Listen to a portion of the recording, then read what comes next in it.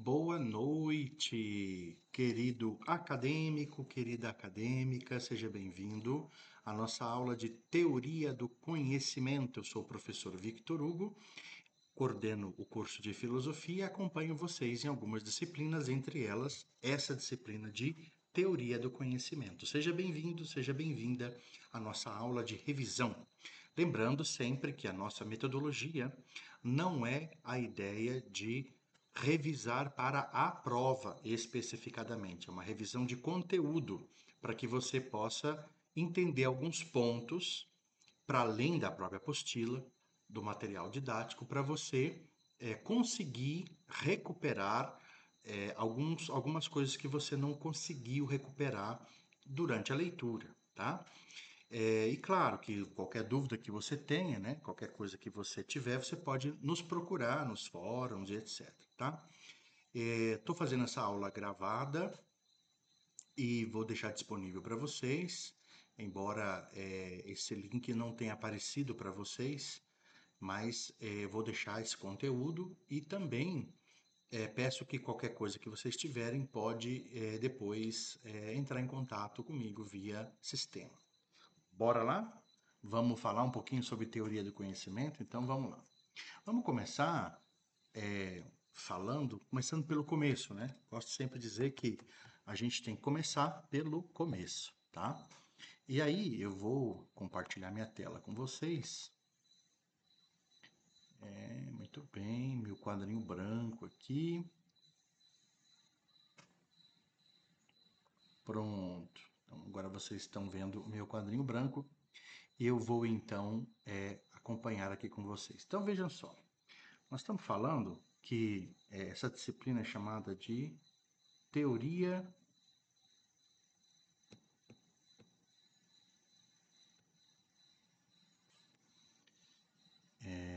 teoria do conhecimento. Eu acho que eu vou aumentar um pouquinho mais aqui. Espera lá.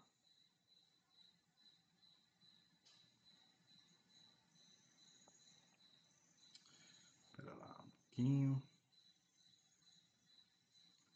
Deixa eu desquadricular isso aqui, apagar.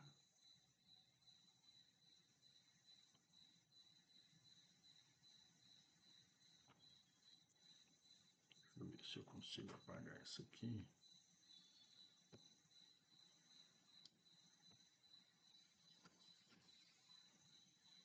Essa borrachinha é meio chatinha, né?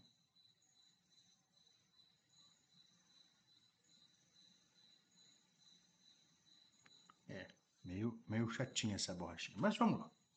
Vamos tentar, então, trabalhar um pouquinho com vocês aqui. Eu vou aumentar um pouquinho.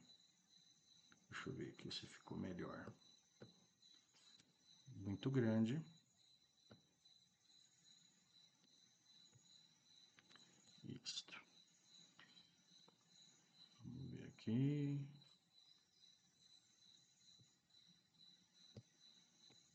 Pronto, isso aqui ficou melhor agora.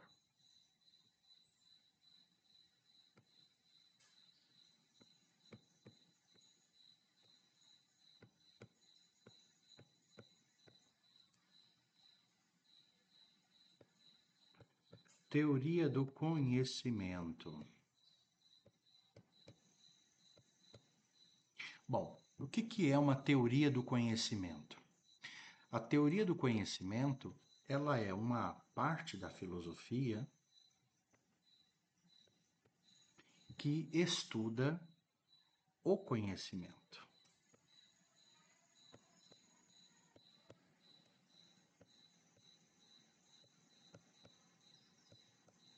Tá? Ou, se vocês quiserem, estuda a verdade.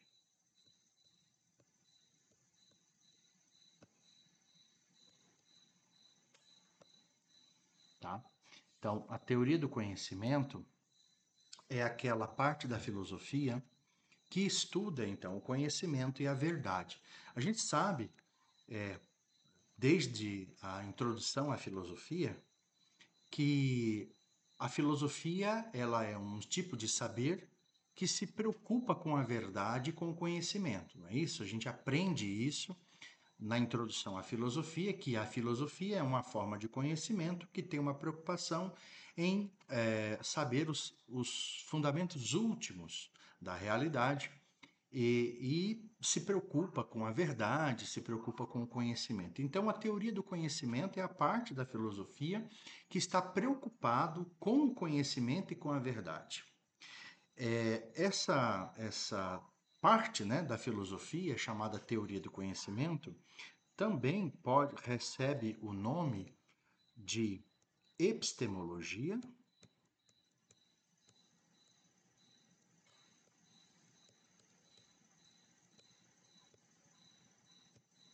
tá?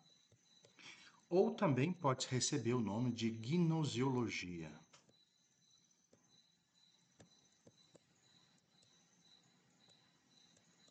Então veja, então teoria do conhecimento é essa parte da filosofia que estuda o conhecimento, que estuda a verdade, e que pode receber o nome também de epistemologia ou de gnoseologia. O nome epistemologia ele está muito ligado a uma tese da própria filosofia que diz que conhecimento só pode ser empírico.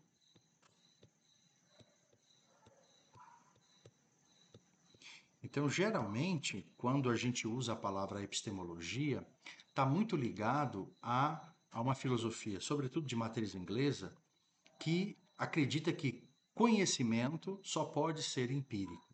Então, não haveria conhecimento metafísico. Já a gnoseologia, o nome gnoseologia, ele tem uma relação jamais com o conhecimento que é mais metafísico. Então o que você tem aqui? Você tem três nomes para significar a mesma coisa: teoria do conhecimento, epistemologia e gnoseologia. A teoria do conhecimento é um nome moderno que foi cunhado aí por filósofos como Baumgarten, Immanuel Kant, né? Epistemologia já é um nome inglês que foi cunhado por um epistemólogo inglês e já é mais contemporâneo, que está ligado então a um conhecimento mais empírico. E a gnoseologia é um termo muito antigo, já remonta aí né, o finalzinho da Idade Média, né, onde nós então trabalhamos mais um conhecimento metafísico. Então veja, então para a introdução, teoria do conhecimento, estudo da verdade, estudo do conhecimento, que pode ser mais empírico ou pode ser metafísico, tá? Muito bem. Então vamos dar um passo para frente, né? Um passito para frente aqui.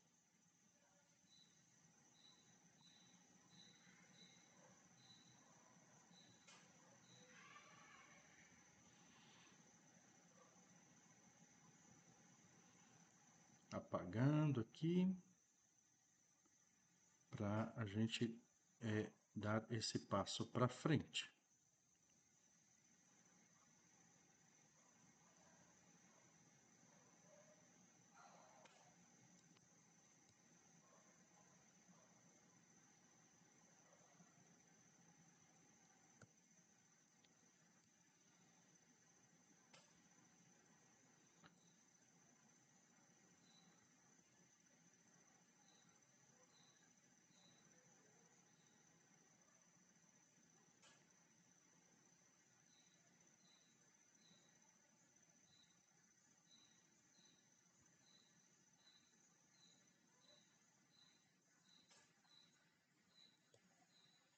Bom, então, como a teoria do conhecimento, então, é essa parte da filosofia que estuda o conhecimento,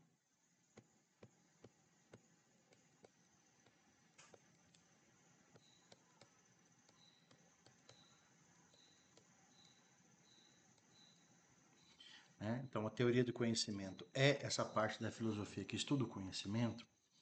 a teoria do conhecimento, ela tem um pressuposto fundamental e importante para entendê-la, que é a ideia de que todo e qualquer conhecimento ela é fundada por a relação de um sujeito com a relação de um objeto, tá? Então, a teoria do conhecimento, ela pressupõe que nós tenhamos essa relação entre sujeito e objeto, onde sujeito é a capacidade racional do ser humano, é a razão, né? O sujeito é a razão humana. E o objeto são as coisas do mundo, tá? Então, nós temos que pressupor que a teoria do conhecimento ela é baseada nesta grande relação, onde você tem um sujeito separado de um objeto, mas ao mesmo tempo, embora ele seja separado, ele é um sujeito aberto ao conhecimento, e um objeto que está aberto para ser conhecido, né? Então, nós temos um sujeito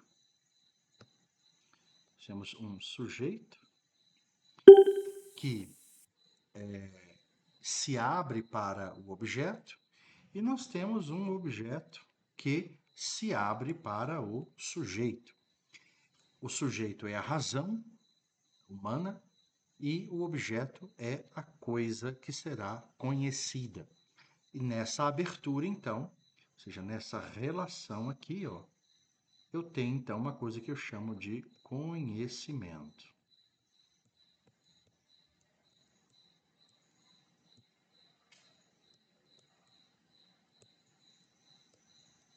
Tá? Então,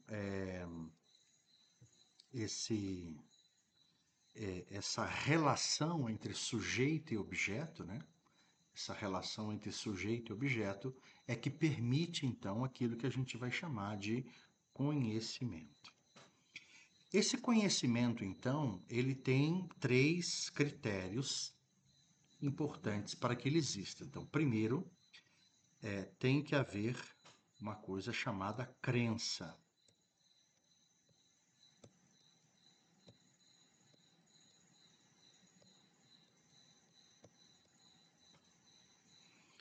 Essa crença também pode ser uma opinião.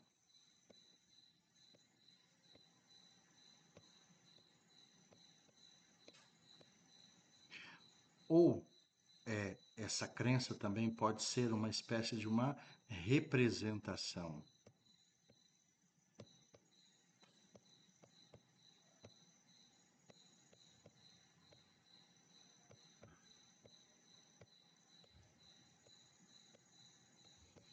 Que a gente chama de imagem, né?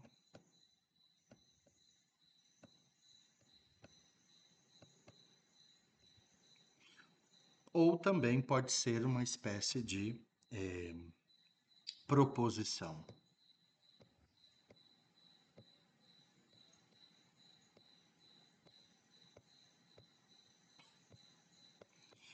A crença, então, a crença, ela é o quê? Ela é a parte do sujeito, né? A crença diz respeito ao sujeito. Então, o sujeito, ele tem crenças, o sujeito tem opiniões, representações, imagens ou proposições, tá?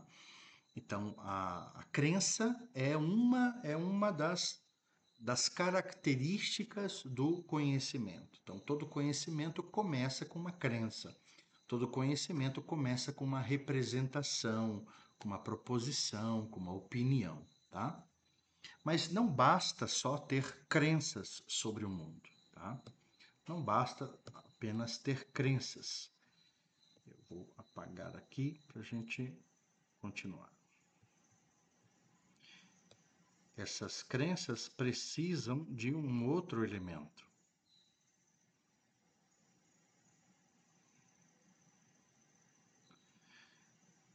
Esse quadrozinho aqui, eu vou te falar, viu? Próxima vez eu vou pegar um melhorzinho, né?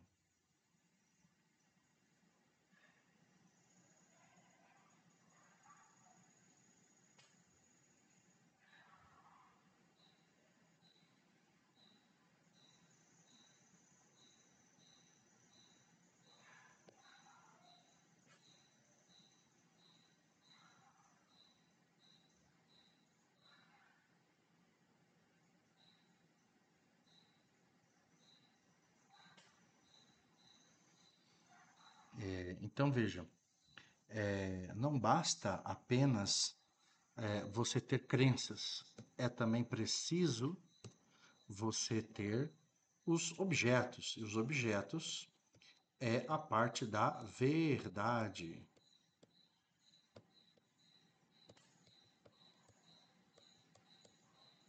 Ou da objetividade.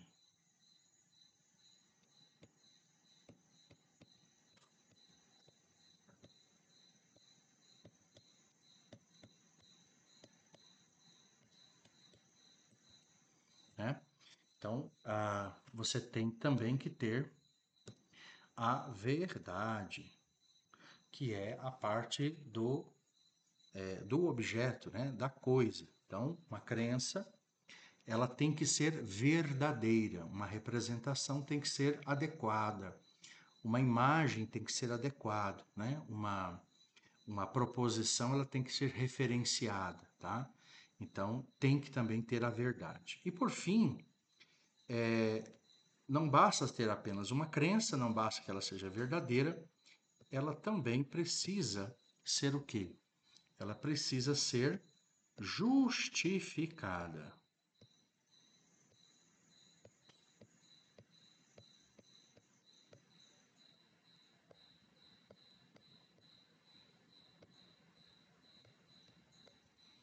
Né? Justificada, ou seja, ela tem que ter esse elemento aqui, ó, relacional, né? Ela tem que ter essa relação aqui. Então vejam que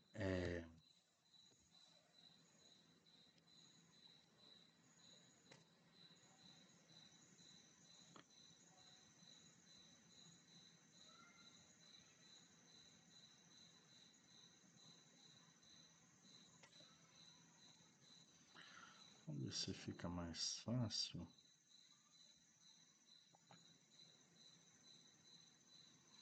de eu. Vamos ver uma coisa aqui.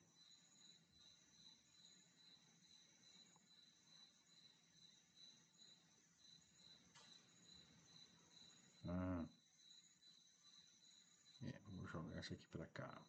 Mas eu acho que aqui já aí vai. É.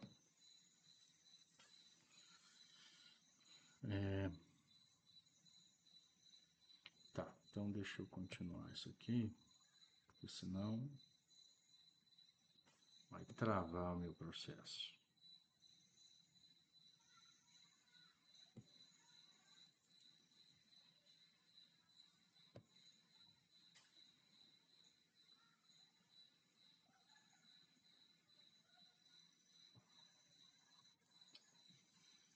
Eu vou abrir um outro quadro aqui que é melhor. Então,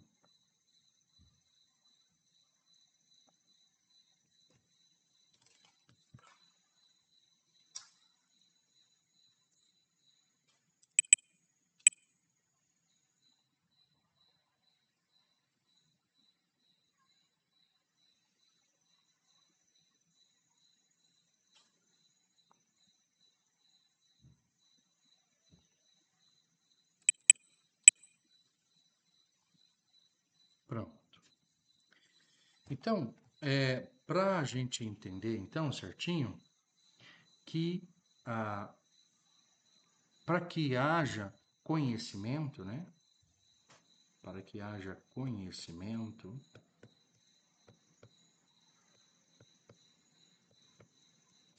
é necessário três coisas. A, uma crença.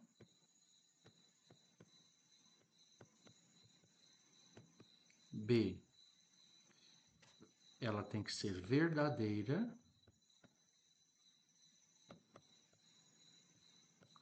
E C, ela tem que ser justificada. Essas são as três condições para o conhecimento, ou seja, eu tenho que ter de alguma forma a figura do sujeito, né? Ou seja, eu tenho que ter a figura do sujeito.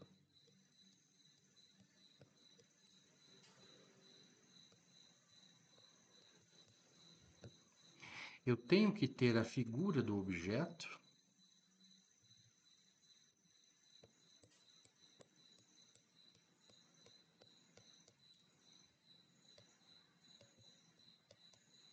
E dentro da figura do sujeito, dentro dessa intersecção, eu tenho que ter a justificação, né? Então, aqui eu tenho a crença verdadeira, justificada. Isso então é o conhecimento para a filosofia clássica e até a filosofia contemporânea, né? Esse é o conceito do conhecimento, uma crença verdadeira justificada, ou os critérios para ter conhecimento, uma crença verdadeira justificada, né? Bom, a partir disso, então, nós temos, com essa questão da crença verdadeira justificada, nós temos algumas perguntas para as condições dessa crença ser verdadeira e justificada. A primeira condição, ou seja, a primeira condição que nós temos que ter é a pergunta se o sujeito conhece essa crença, esse objeto tal como ele é, que é a ideia da possibilidade do conhecer. Possibilidade do conhecer, né? Então, a primeira pergunta é: o sujeito conhece o objeto tal como ele é? Essa pergunta é a pergunta que nos coloca, queremos saber se o sujeito realmente acessa o objeto. Será que o sujeito acessa o objeto? A segunda pergunta, ou a segunda condição, é o que determina, né, a fonte desse conhecimento, ou seja, de onde ele vem. Ou seja, o sujeito e o objeto. Da onde vem o conhecimento? O conhecimento vem do sujeito ou o conhecimento vem do objeto? Né? Então, a segunda pergunta é a pergunta do onde, pergunta das fontes. E a terceira pergunta é a pergunta da essência. Né? Quem de fato determina o que o conhecimento é? Se o conhecimento ele é subjetivo ou se o conhecimento é objetivo, né? Essa primeira pergunta da possibilidade é a pergunta sobre a possibilidade de termos crenças, né? Ou seja, a primeira pergunta nos questiona se podemos ou não ter crenças. A segunda pergunta, ela nos questiona sobre a justificação. De onde vem? Quais são as justificativas que eu tenho para poder falar que essa crença é justificada? E a terceira fala, então aqui fala da justificação. E a terceira pergunta fala sobre a verdade. Tá? Então veja que vou voltar. Vou abrir um novo aqui para a gente não perder tempo.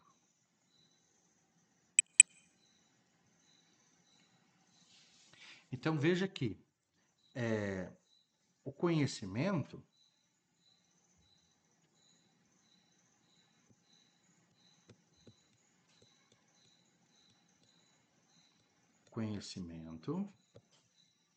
tem uma tríplice categoria, um critério tríplice, que é uma crença, que corresponde à figura do sujeito, que corresponde à pergunta da possibilidade.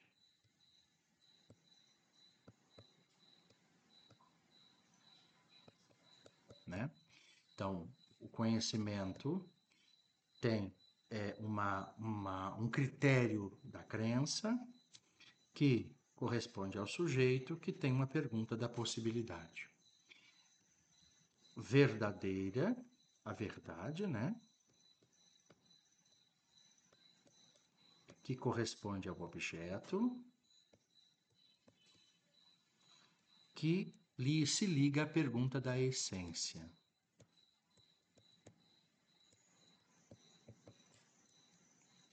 E nós temos, então, a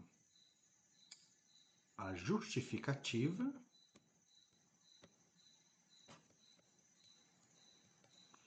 que se liga à relação e que está ligado às fontes.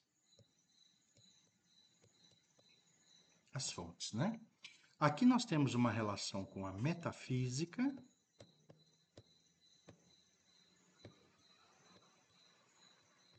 Aqui nós temos uma relação com a lógica. E aqui nós temos uma relação psicológica. Né? Olha que interessante, né? Então, ou seja, aqui nós temos uma relação quase que psicológica de apreensão, né? De falar da apreensão, ou seja, da possibilidade da apreensibilidade. Apreensão. Aqui nós temos a ideia da realidade.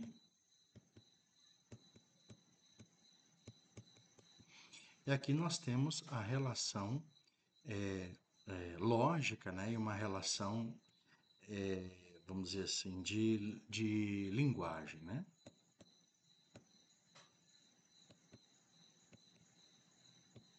E de fundamentação.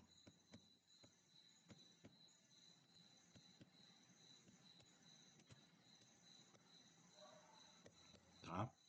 Então veja então que todas essas coisas estão ligadas, né? O conhecimento, que é uma crença verdadeira justificada, ele precisa ter um sujeito, precisa ter um objeto, precisa ter uma relação. Uma crença verdadeira justificada, sujeito, objeto e relação, que está ligada à pergunta da possibilidade, à pergunta da essência, à pergunta das fontes, que está ligada à psicologia, à metafísica e à lógica. Beleza? Tranquilo, né? Muito bem. Vamos para frente, então. Vamos abrir mais um outro esqueminha aqui, tá?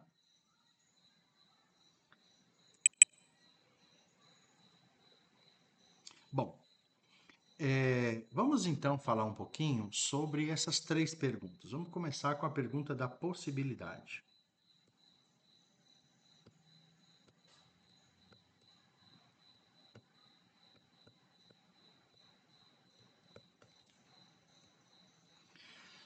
A pergunta se faz se é possível não conhecer. Para essa pergunta, nós temos três respostas. A primeira é sim. A segunda é não. E a terceira é talvez. O que a gente chama de sim é uma resposta dogmática. A resposta dogmática é a resposta que acredita que conhecimento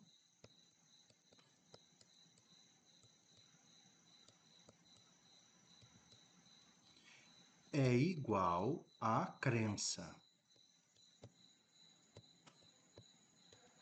Ou seja, que basta ver, basta perceber que isso já é conhecimento. Ou seja, basta apreender, né? Uma vez que eu já apreendi, uma vez que eu já criei, ou seja, já criei uma representação, aquilo já é uma crença. O dogmático, por que ele tem essa ideia? Porque ele acredita nos sentidos.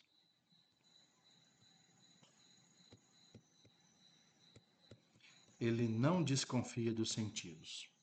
A resposta não é a resposta cética. O cético diz que conhecimento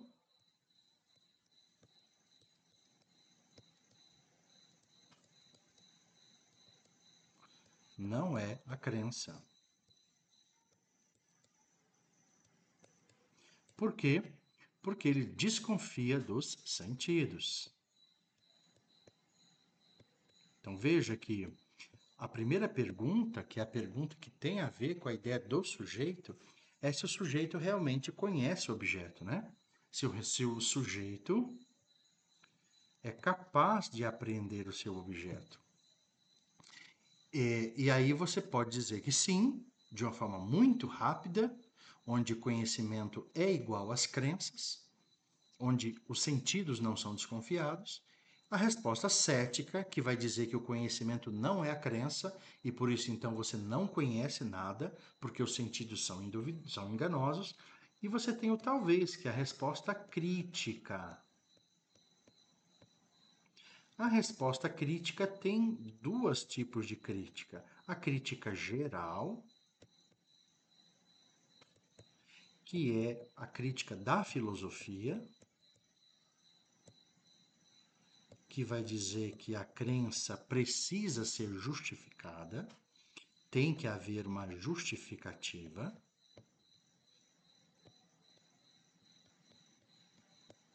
Né? Ou seja, a gente precisa estudar as fontes. E também uma crítica kantiana,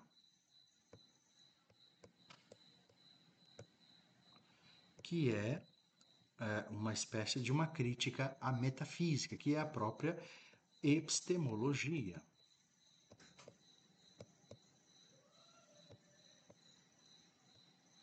Né?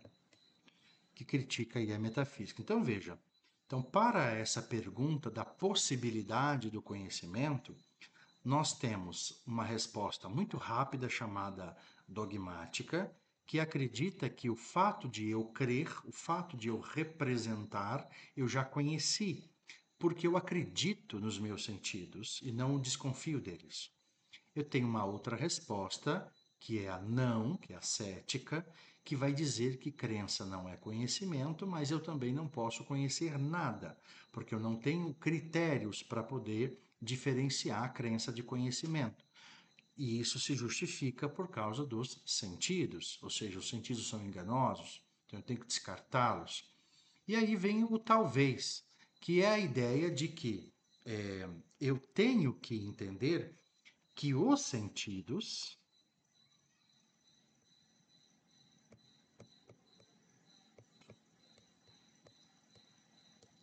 eles me dão uma espécie de representação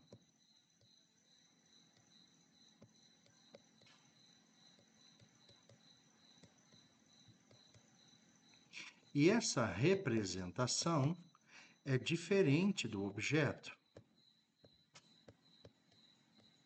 Ela é diferente do objeto. Mas o que nós conhecemos de fato são as representações. E a representação, que é a nossa crença, ela é de fato então a matéria do conhecimento. Ou seja, nós conhecemos as coisas via a crença. Então, a crença não é o conhecimento, mas a crença é a matéria do conhecimento. A crença é aquilo que eu posso conhecer do conhecimento, das coisas. É aquilo que eu consigo extrair dos objetos para conhecer. Então, a crença não pode ser desprezada, ela tem que ser justificada. Então, eu não posso negar a crença, mas também não posso dizer que ela é conhecimento. Então, ela ainda não é conhecimento. Ela apenas é uma crença, ela é apenas o passo inicial para o conhecimento. Ok? Então, essa é mais ou menos então a discussão sobre eu posso acessar o objeto? Talvez. Pode ser que às vezes eu não tenha condições de chegar até ele. Mas se eu tiver essa condição, eu tenho que entender como que eu chego até ele. E como é que eu chego até o objeto? A partir das minhas crenças. As crenças são as condições sine qua non que me permite chegar até o objeto. Né? Isso é muito importante. Tá bom? Vamos para mais um dado aí, tá?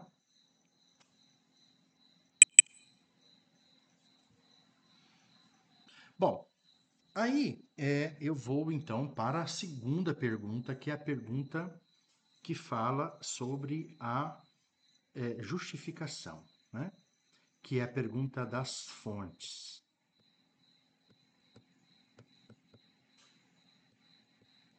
Então, a segunda pergunta é a pergunta das fontes, ou também a pergunta das origens. Da onde vem o conhecimento? Aqui nós temos 4 respostas. Nós temos uma primeira resposta é a razão. A segunda resposta é a experiência.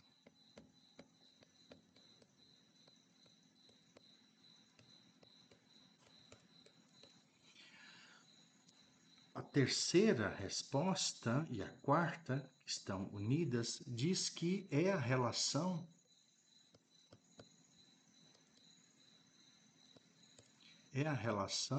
sujeito-objeto e a relação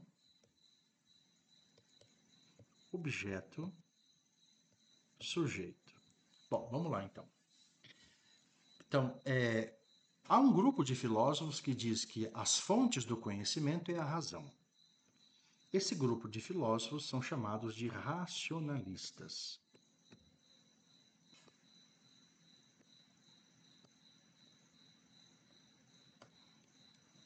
Os racionalistas acreditam então que a razão é a única fonte de conhecimento verdadeiro. E por quê? Porque a razão é a única que nos garante a universalidade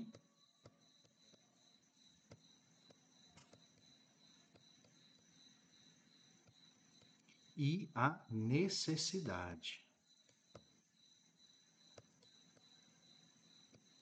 Tá? Então, a razão, por ela ser abstrata, ela é a única que consegue, com evidência, chegar à universalidade e à necessidade das coisas. O conhecimento, a verdade, ela tem que ser universal e tem que ser necessária. E é a razão que consegue fazer isso. Exemplos de filósofos assim, nós temos Descartes, Platão, Santo Agostinho, né? Pascal, e uma série de filósofos que são racionalistas, Leibniz, né? Spinoza. Por outro lado, nós temos um grupo de filósofos que diz que é a experiência. A experiência é defendida por aquele grupo chamado empiristas.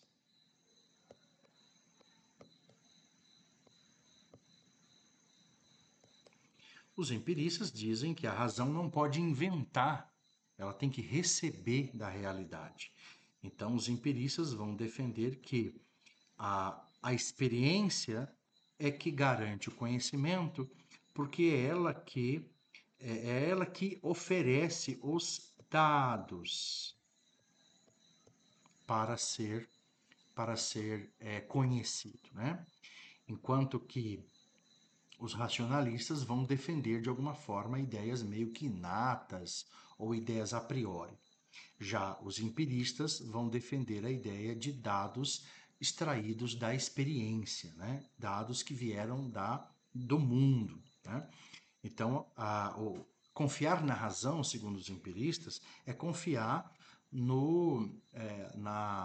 vamos dizer assim, na criatividade, e o sujeito pode inventar as coisas, né? O sujeito tem a capacidade de se enganar, tem a capacidade de criar coisas, então não se pode confiar na razão para poder garantir a verdade. A verdade tem que vir de fora, não posso inventar uma verdade para mim, né? Então, exemplo disso, nós temos Francis Bacon, John Locke, David Hume, Hobbes, né? E uma série de filósofos aí que são empiristas, tá? Bom, mas o que acontece é que nem a razão sozinha, nem a experiência sozinha é capaz de dar conta de tudo. Verdades matemáticas, por exemplo, são racionais, mas verdades do mundo são empíricas. Então, como fazer para poder dar conta de todas as coisas? É juntar as duas. Então, nós temos um grupo de filósofos que vão defender que racionalismo sozinho não faz muito sentido e empirismo sozinho também não faz muito sentido, tá? Então aqui nós temos duas formas de relação. Uma é a relação sujeito-objeto, ou seja, a tônica é do sujeito, né? Aqui nós temos uma tônica no sujeito. Esse tipo de filosofia que dá uma tônica no sujeito é chamado de apriorismo.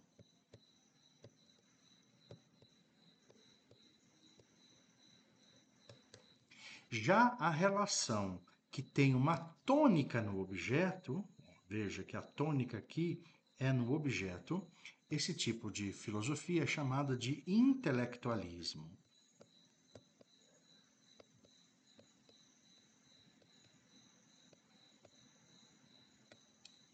Bom, o apriorismo é kantiano.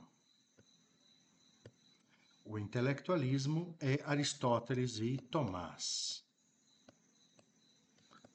Né? Os dois grandes baluartes aí.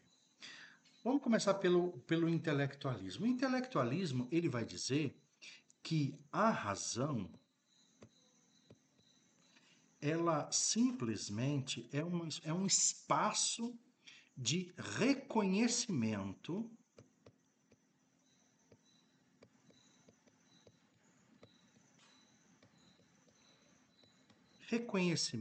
das essências.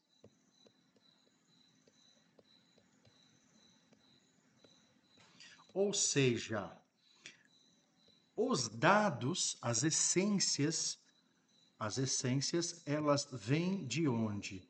Ela vem do objeto.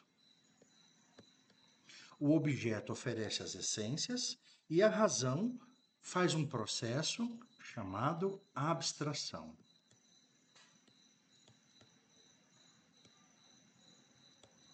Ou seja, a razão é aquela que é capaz de reconhecer nos dados dos sentidos aquilo que é mais universal e verdadeiro.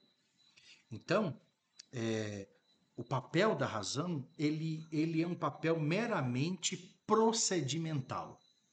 É um procedimento de reconhecimento dos dados essenciais que vem do objeto. Então, embora a fonte do conhecimento é a relação, né? Ou seja, é a relação que é a fonte. Não, sozinho o objeto não consegue fazer nada, mas também a razão sozinha não consegue fazer nada. É nessa relação que as coisas se dão. Mas como é que funciona a relação? A relação funciona da seguinte forma: o objeto oferece os dados e a razão reconhece o que é essencial nesses dados para ser conhecido, né? Então, a razão faz o processo de abstração, reconhecimento daquilo que é essencial para o conhecimento. Já a relação sujeito e objeto, aqui em cima, que também é um dado relacional, a razão é ela mesma que oferece as essências,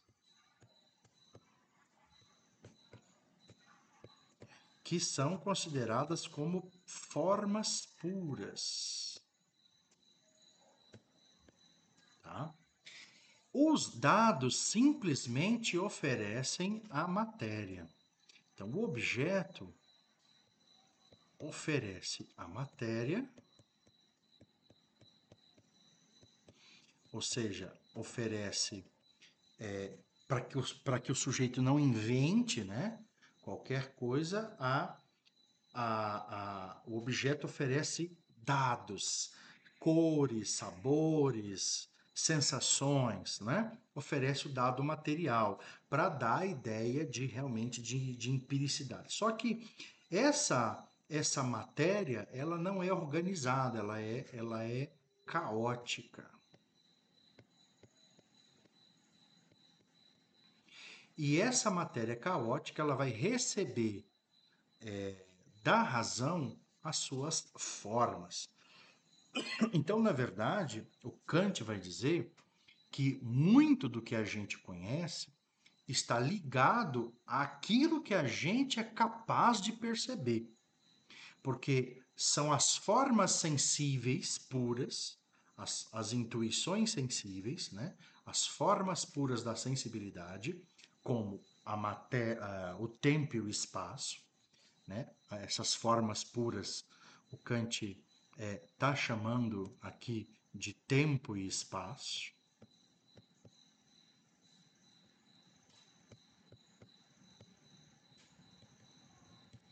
Então, essas formas puras são elas são elas que vão configurar as matérias, os dados sensíveis, para que a gente possa então conhecer. Então veja que a forma, ou seja, nós conhecemos as coisas dependendo do modo como as nossas formas a priori conseguem captar, dependendo do modo como nós percebemos elas, né?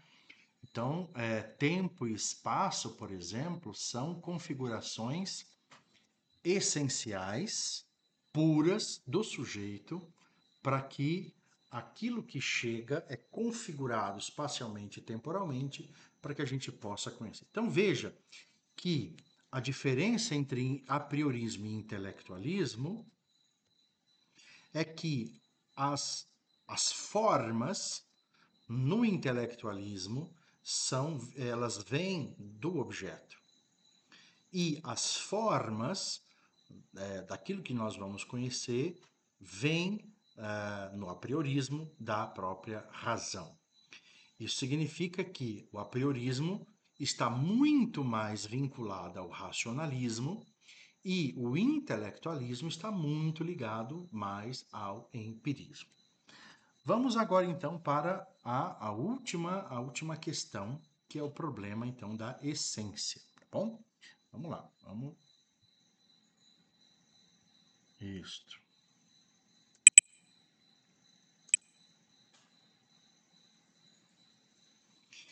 Então, o nosso último problema, então, é o problema da essência. A essência do conhecimento. Ou seja, as nossas crenças,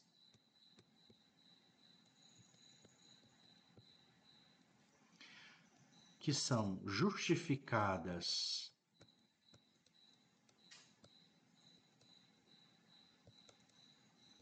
né? As nossas crenças justificadas, elas são, vamos dizer assim, objetivas, ou seja, elas elas estão fora do sujeito, ou as nossas crenças justificadas são subjetivas.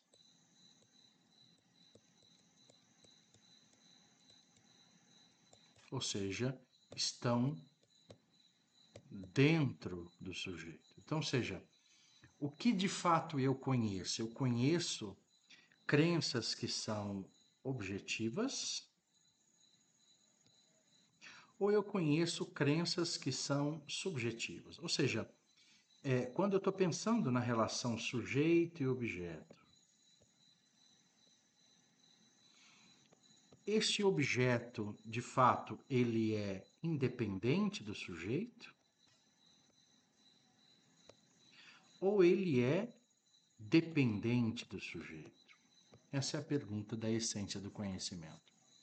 Ou seja, o que de fato nós conhecemos? Nós conhecemos um conteúdo que é objetivo ou nós conhecemos um conteúdo que é subjetivo, né?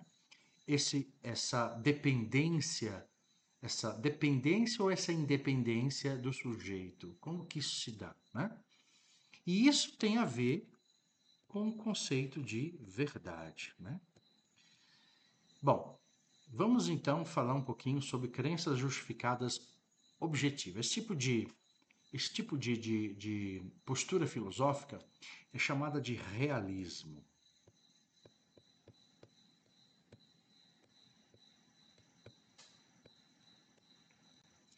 O realismo acredita que os objetos, o idealismo acredita que os objetos são independentes do sujeito.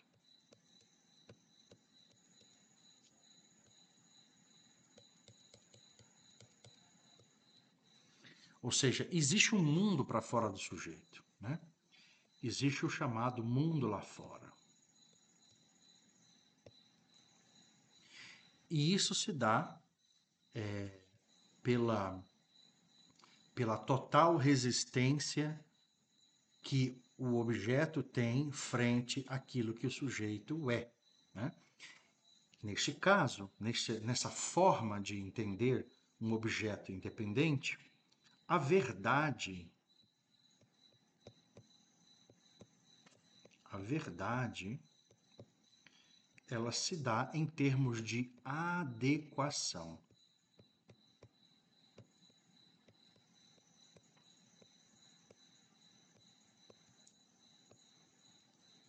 Ou seja, a verdade, então, é a capacidade que o sujeito tem de se adequar ao objeto. O sujeito ele tem que se submeter ou se adequar ou se conformar ao objeto, né? Então, quando eu tenho uma crença justificada de forma objetiva, veja que aqui eu estou pressupondo uma justificação razão mais objeto, tá? Ou seja, é aquela relação sujeito e objeto, tá? Eu tenho, vou colocar aqui melhor, colocar assim. Aqui, ou seja, a justificação aqui é a relação sujeito e objeto. Nessa relação sujeito-objeto, o objeto ele tem mais preponderância e aí então eu tenho um conhecimento que é objetivo, ou seja, ele independe do sujeito. O sujeito necessariamente não precisa ter consciência dele para que ele exista. Ele é altamente independente, independentemente do que eu sei sobre o objeto existe fora de mim, independentemente de mim, né? Isso é chamado de realismo. Então, o realismo é a tese de que existem objetos independentes do sujeito. Essa independência, então, faz com que o conceito de verdade se torne o conceito de adequação. Esse é um conceito clássico que Santo Tomás teorizou, né? Então, Tomás aí, um intelectualista realista, né? Que defende aí que a verdade ela é altamente fora do sujeito e o sujeito tem que se adequar a esse objeto, né? Por outro lado, nós temos as crenças justificadas, sujeito mais objeto, que são subjetivas, ou seja, que o objeto depende ou está dentro do próprio sujeito. Isso é chamado de idealismo.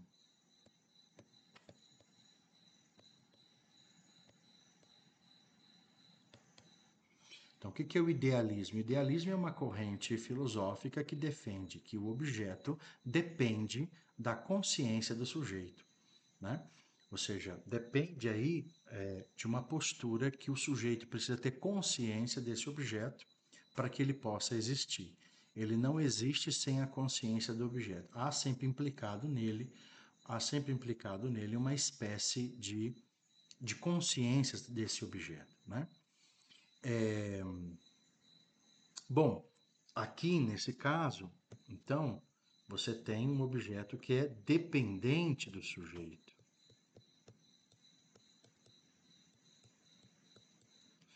Dependente do sujeito. Então, o que a gente chama de mundo é, na verdade, parte do próprio sujeito, né? E aí o conceito de verdade também muda. A verdade não pode ser mais uma adequação. A verdade, ela tem que ser uma evidência.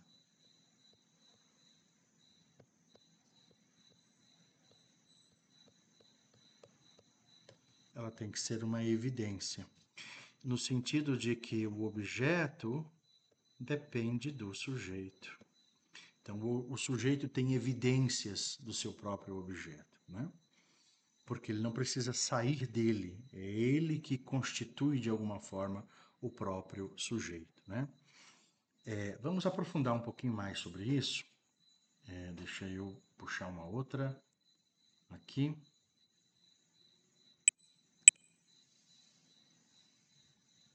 Então vamos lá.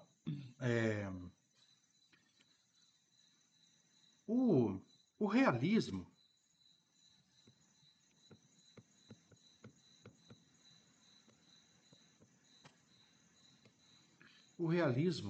nós temos algumas figuras, como por exemplo, nós temos racionalistas que são realistas,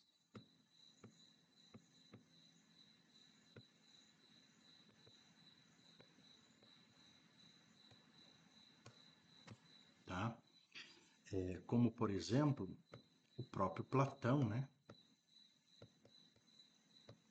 Do ponto de vista metafísico, né?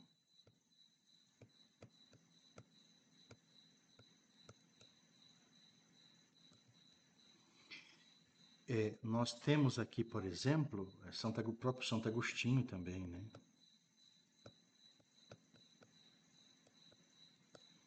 Nós temos aqui também os empiristas.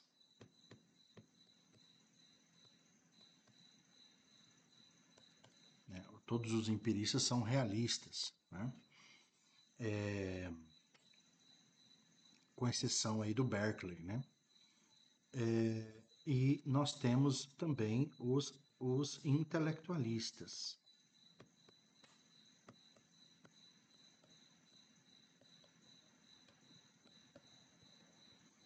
né? Que é Aristóteles,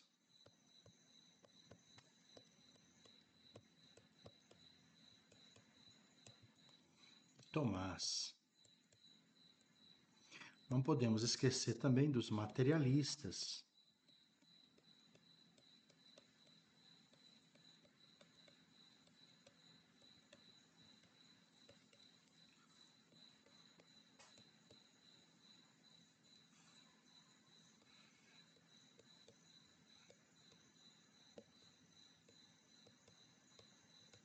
o Feuerbach,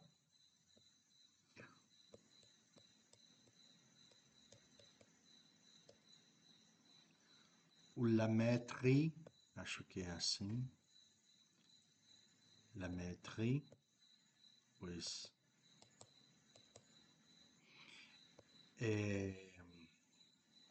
e outros, tá? Os naturalistas,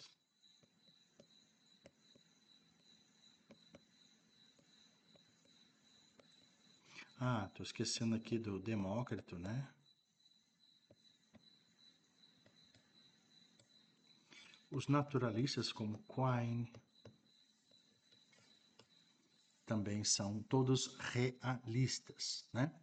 Então, o realismo ele defende, né, que existe de fato um mundo para fora do sujeito e este mundo precisa então ser descortinado por esse sujeito, né? Então, nós temos alguns racionalistas, Platão, Agostinho, Platão só do ponto de vista metafísico, tá? Porque do ponto de vista epistemológico, ou seja, da justificação do conhecimento, Platão ele é idealista, né? Ou seja, se perguntar qual é a fonte do conhecimento para Platão, a fonte do conhecimento para Platão é a razão. Então, do ponto de vista epistemológico, Platão é idealista, mas do ponto de vista metafísico, ele é realista, né? Os empiristas, todos eles, John Locke, Hume, Bacon, né? Hobbes, todos eles são empiristas. Os intelectualistas, Aristóteles e Tomás, os materialistas, Feuerbach, Lamettrie, Demócrito e outros. Os naturalistas, como por exemplo Quine e outros, né? Acho que o Russell, né? Russell também é uma boa ideia, né? Enfim, todos eles são realistas e todos eles, de alguma forma, defendem a ideia de uma verdade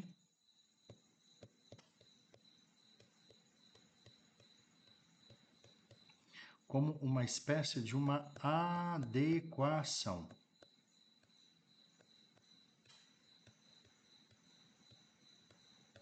Tá?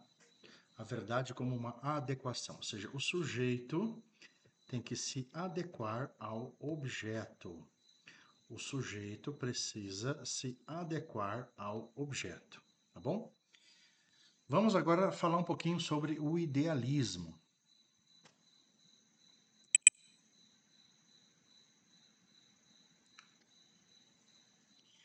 Bom, o idealismo, para a gente ir terminando,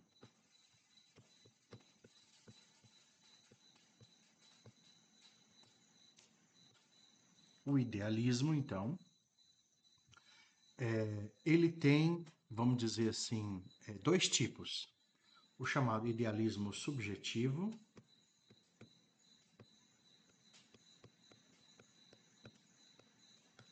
e o idealismo objetivo.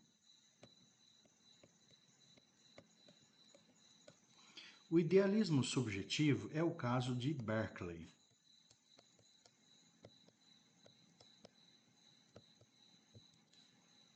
Berkeley acredita que toda a realidade ela é quando é percebida.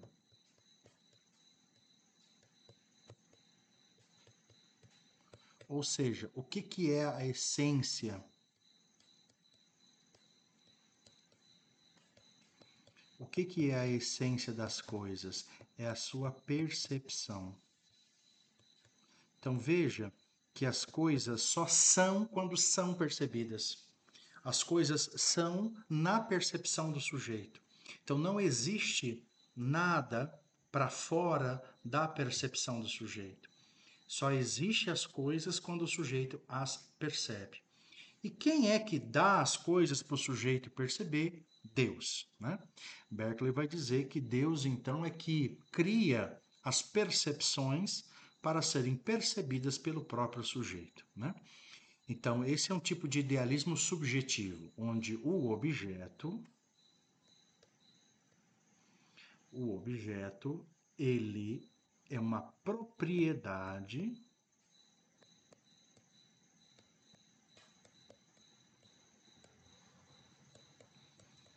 do sujeito.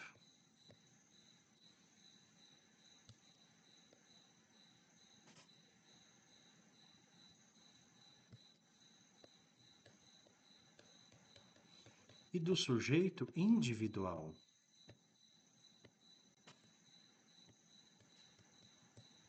Né? Do sujeito individual. Bom, mas nós temos também o idealismo objetivo. O idealismo objetivo, ele tem a sua grande representação em Hegel.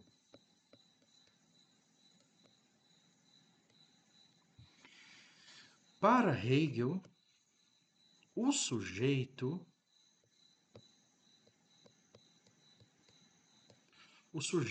é uma história. Ou seja, o sujeito é um fluxo temporal.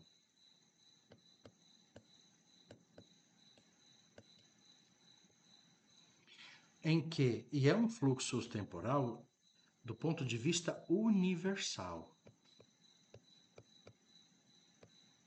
Então veja, a própria história para Hegel, a história para Hegel, né? A história para Hegel é o sujeito. Então os indivíduos, então vamos imaginar aqui os indivíduozinhos, eles são manifestações particulares ou individualizadas do grande espírito universal, né? Então, a história é espírito. E é um espírito absoluto. Tá? A história é um espírito absoluto. Ela é um fluxo temporal universal que rege todas as coisas. Nós, o sujeitinho aqui, ó, é apenas uma manifestação micro deste macro, que é o espírito universal. E essa história, né, ela se desenvolve, ela acontece de forma dialética. Ou seja, há um determinado momento em que as coisas são, depois desse determinado momento essa coisa nega aquilo que ela era, para voltar novamente para um próximo momento em que ela é positivada, mas agregando, trazendo para dentro do positivo os elementos do negativo. Então esse movimento de negar e novamente negar, a negação, é chamado de dialética. Então, o que é a dialética? A dialética é a negação da negação, onde eu tenho, então, um primeiro momento positivo, eu tenho alguma coisa que se põe, isso será automaticamente negado, depois eu tenho a negação da negação e eu volto para o positivo de novo, né? Então, esse é o movimento chamado dialético, negação da negação. Um movimento de positividade, negado, negado novamente e positivado, né? Então, essa eu tenho uma primeira negação que apresenta o contrário, vamos dizer assim, o contrário, o contraditório, né? E aí eu tenho novamente essa superação desse momento, né? E veja então que não existe nada fora desse grande espírito chamado absoluto.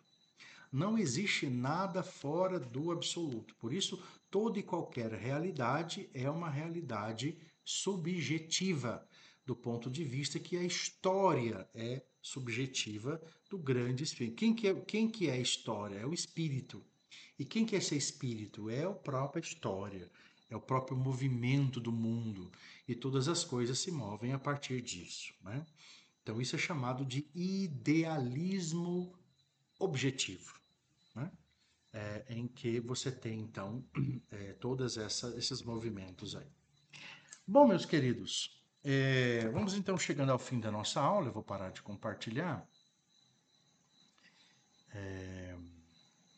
E aí, então, nós temos então esse movimento, né? A teoria do conhecimento é este grande movimento que coloca todas as condições para se entender as perspectivas do conhecimento e da verdade. E aí, volto mais uma vez a dizer, né, que o conhecimento, então, ele tem essa tríplice condição: sujeito, objeto, relação. Crença verdadeira, justificada. Possibilidade, fonte e essência, né?